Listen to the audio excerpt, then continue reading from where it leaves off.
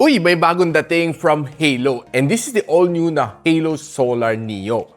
Ang dami nitong bagong functions and I'm pretty sure that you'll really love this one and it's priced below 1,500 pesos. So kung naghanap ka ng magandang smartwatch na may calling function to monitor your health and to track your exercise activities, this is the one for you. So stay with me.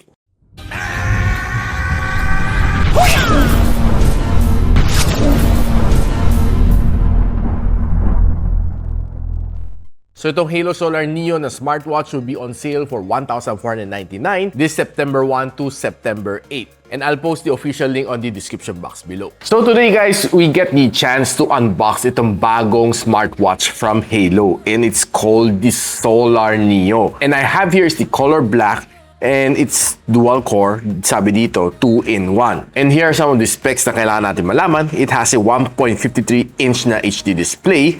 Meron siyang Bluetooth calling function, meron siyang 8 days battery life, voice assistant, health monitoring, and 120 workout modes. So quickly, buksan natin. So anyways,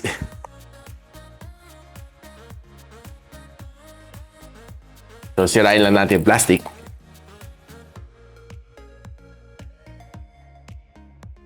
So buksan na natin right now. So we have a pretty black box over here. So opening. Kita natin, we have the Solar Neo over here, which looks pretty nice. Ay, medyo gumanda ka ng design this time around, ha? And medyo may pagka-aluminum na solid feel dito sa labas. And medyo kumapalang ka ng strap, which medyo mas masculine tingnan siya. It looks quite good on its own. So, bago natin pagpatuloy, tingnan muna natin other things inside. We have your charging cable and we have a user guide. And syempre habang nag-unbox tayo, don't forget to download the Haylou Fan app sa inyong Apple App Store or sa Google Play Store. So na-download ko na akin, I just have to open and just sign in. Ganun kasimple lang. Kasi nakapag-sign in ka, ganito itsura ng app. So we're going to peel this one off. Yan ang sticker. And kita natin, no, ang ganda ng design niya, which I kind of like. Ang gandang brushed aluminum finish dito sa kanyang bezel, looks really nice and sporty. And it has a sport button over here and the power button over here. So let's just go ahead and power it up. Press lang natin kanyang power button. Yan, mag-boot up siya, Haylou. And honestly, I like yung kanyang strap this time. It's thicker than the previous version. And dito sa likod, meron din nga pala siyang sticker na kailangan mo tanggalin before you use. So, let's just simply peel this one off. Yan, tanggalin natin. So, looking really nice. Nandito kayong heart sensor sa likod. And pwede mong tanggalin tong strap if you want to replace your strap, just like this. Very easy lang siya, no? And kung ibabalik mo, ganun din siya lang kadali. So, kailangan mo lang ipasok dito sa butas and mababalik mo na siya agad-agad. Yan ang kadali lang. Now, so pag boot up natin, this is the default watch face na makita natin. It looks cool, to be honest with you. And medyo, they come a long way na rin, si Haylou. And it really looks better than before. I would say na yung kanyang design has been better this time around. And probably one thing na kind of missing pa rin dito is yung always on display niya. Now, kailangan natin i-pair sa app just to be able to use it better. So, right now, let's just add. Scan lang tayo, no? Okay, nag-scan na siya. So, mabilis lang naman siguro ito mag-pair, no? So, antay lang natin. Okay? So, ganun ka-simple lang. Okay? So, i-allow lang natin mga notification na gagamitin natin. Okay, so, na-connect na natin siya na maayos. This is the basic na home screen na meron natin sa phone natin. You'll be able to choose some of your health monitoring over here. Check some, you can turn on all-day stress monitoring, which would definitely drain you some more batteries. Pero what's important dito is you keep yourself monitored throughout the day. So pagdating naman sa face gallery, there's a lot to choose from. Magsawa kayo, no? Ang dami naman pwede pagpilian. Marami naman dito libre. Ako personally, mas gusto ko medyo mas simple like this one. So, if you want to set it, just pinutin nyo lang and mag-add na siya, no? Ang dali lang naman mag-add. So, let's just wait for a couple of seconds para ma-add lang siya. So, ayan, nakita natin na update na successfully ang ating watch. So, ito yung ating bagong watch face. Now, pwede naman freely kalikutin dito if you want to change a lot of other watch face. Very simple lang naman siya. Okay? So, here are some other tools na would come in handy. You have the alarm clock, sync ng weather, phone settings. Ayun, ito. Probably one thing na importante sa atin, pag nakaupo tayo sa ating mga chair, hindi na nakakalimutan natin tumayo. So this one sets up notice na, huy, tayo ka muna, lakad-lakad ka muna, and this one, ito importante rin. No? So, ang dami sa atin bumibili ng mga aqua flask, pero hindi naman uminom ng maayos. So, this one, drink water reminder, you would ina-notify ka ng watch mo for you to drink a little bit more water. So, may medication reminder, find my watch, off-wrist lock, and SOS. Now, pwede kayong mag-check from time to time for some firmware update. No? So, meron update pero ako i-update ko na later. So, pwede mo set sa 12 hours, no? Para kung hindi ka mahilig sa military time like me, then, yeah, 12 hours might be the best for you. Now, one thing na sobrang nagustuhan ko naman dito sa watch niya is the stunning display. You have a vivid na 1.53-inch na high-resolution screen. And sobrang okay siya, no? Since you have this crown, mas okay ang pag-scrolling dito. Yeah, but you can definitely scroll dito. But kung gusto mo mas precise na scrolling, gamitin mo itong crown niya, it will give you a more precise na scrolling. No? So, para sa mga nagmamadali, you can always scroll like this one. But I prefer to do it a little bit slower, just like this. Para mas kita mo every single app dito sa kanya. Kasi pag nagsiscroll ka na mabilis, tendency is na skip mo siya. Baka lumagpas ka na, hindi mo pa alam. Now, did you know guys, na itong watch na ito is also IP68 rated. This one has a dust and waterproof resistance up to a certain level na sinasuggest ng IP6 na kaya binigay siya ng IP68 rated. Definitely, pwede ka mag-swimming together with this watch. It is made na mabasa siya.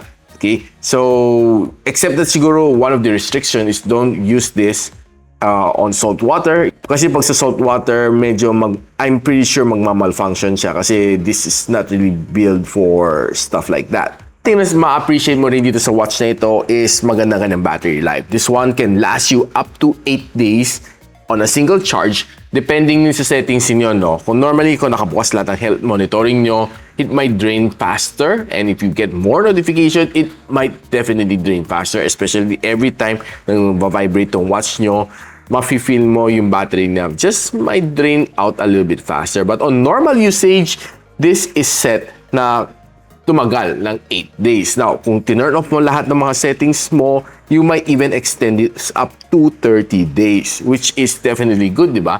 Hindi kaya ng mga iWatch yan, for sure. And kung mahilig ka naman sa mga workout, this one has a 127 na sports mode, which gives you a lot of flexibility, no? Kasi there are some very specific na workout, no? But sometimes you might just be using a free training if wala yung workout dito. But 127 workout mode, I'm pretty sure one way or the other, nakatago lang dyan isa sa mga hinahanap mong workout dito. Now, this one is definitely okay para sa mga taong very health conscious. Now, you have your heart monitoring over here. You also have your sleep monitoring.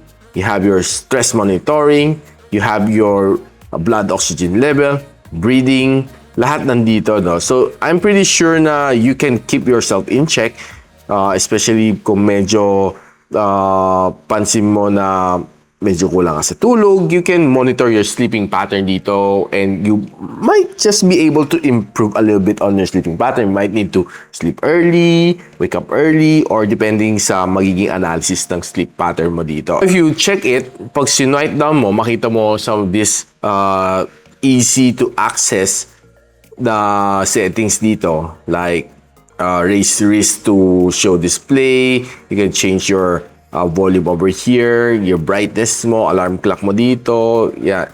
So, find my phone, you have your battery and flashlight, lahat nandito. Pwede mo siya makita easily dito sa pag-drop down mo ng menu. Now, if you check in settings mo, there's a lot to play with dito, and you just pretty need to play with it and just get yourself to familiarize with it. So swiping over to the right, you see all of your workout records here. Kompletong-kompleto siya in just one swipe. No, all you need to do is just scroll down and makita mo lahat ng activities mo dito, naka-record siya, which is for me very useful siya and very precise siya. Hindi mo kailangan swipe ka ng swipe. And you can even add some of your favorites dito like stress monitoring, pwede mo siya i-add just para makita mo siya, no? So magkakaroon ka na ng stress monitoring din dito. If you want to add it, you just can feel free to customize it. Now, kung gusto mo mag-change ng watch face dito, outright, all you need to do is just hard press, long press ka lang dito. Then you can select some here ng mga pre-default presets, or you can just check out dito sa inyong Haylou na Fan app. Now, swipe over dito na mas kabila, you have your activity ring, you have your heart rate monitoring, ito, weather reports. You can have your sleep report, music, pwede mo control yung music na coming from your phone, blood oxygen level, and you can even add some of your other favorites, so like calendar. Pag add mo, kung nag-add ka ng calendar, magkakaroon ka ng additional na screen dito, which I think this would come in handy kasi madalas ako tumitingin ng petsa, no? So this calendar is going to be very handy para sa akin. I'm not quite sure sa inyo. Now, another thing dito is meron siyang Bluetooth calling. So you can turn it on, turn it off, depende sa inyo. So you can dial dito and call whoever you need to call. So just say 911. So pwede ka tumawag dito. Okay, so be able to call. Yeah. Pwede mo siya makausap dito directly from this watch. Yung nga lang sometimes it just might feel uneasy kasi rinig ng lahat ng tao pinag-usapan ninyo. But this is definitely a good function kasi whenever you're on the go, kung ayaw mo ilabas na yung phone mo from your pocket, you can just really talk to the other party using just this watch. Ganon ka-okay siya. And another fun fact is that this watch is not expensive. This is priced at around 1,499 from September 1 to September 8, which I would link on the description box below kung saan na siya pwede mabili itong watch na ito from Haylou, which is the Haylou Solar Neo. So yun guys, nakita mo na everything na kaya gawin na itong smartwatch na ito. Probably there's nothing a 5,000 smartwatch that this one cannot do. Very premium ang kanyang looks, pwede siya mag-Bluetooth calling, meron din siyang maganda rin ang kanyang health monitoring, pretty good. And best of all, 127 ang kanyang workout modes na preloaded dito sa loob. And you can freely customize all of the watch faces na gustong-gusto ninyo. Now for 1,499, what's not to love about the Haylou na Solar Neo smartwatch? So if you're interested to buy one, or if gusto mo pang regalo to this coming Christmas, I'll post the link on the description box below. Just check it out. And if you like this video, don't forget to share it to your friends. And a sub to this channel is definitely awesome. I'll see you on my next one. And so, ako para si Richmond, and you're watching Gadget Sidekick. What's up? Like and subscribe to my channel. Don't forget to hit that notification bell. For one of my latest uploads, click the dito. And for one of my popular uploads, click here.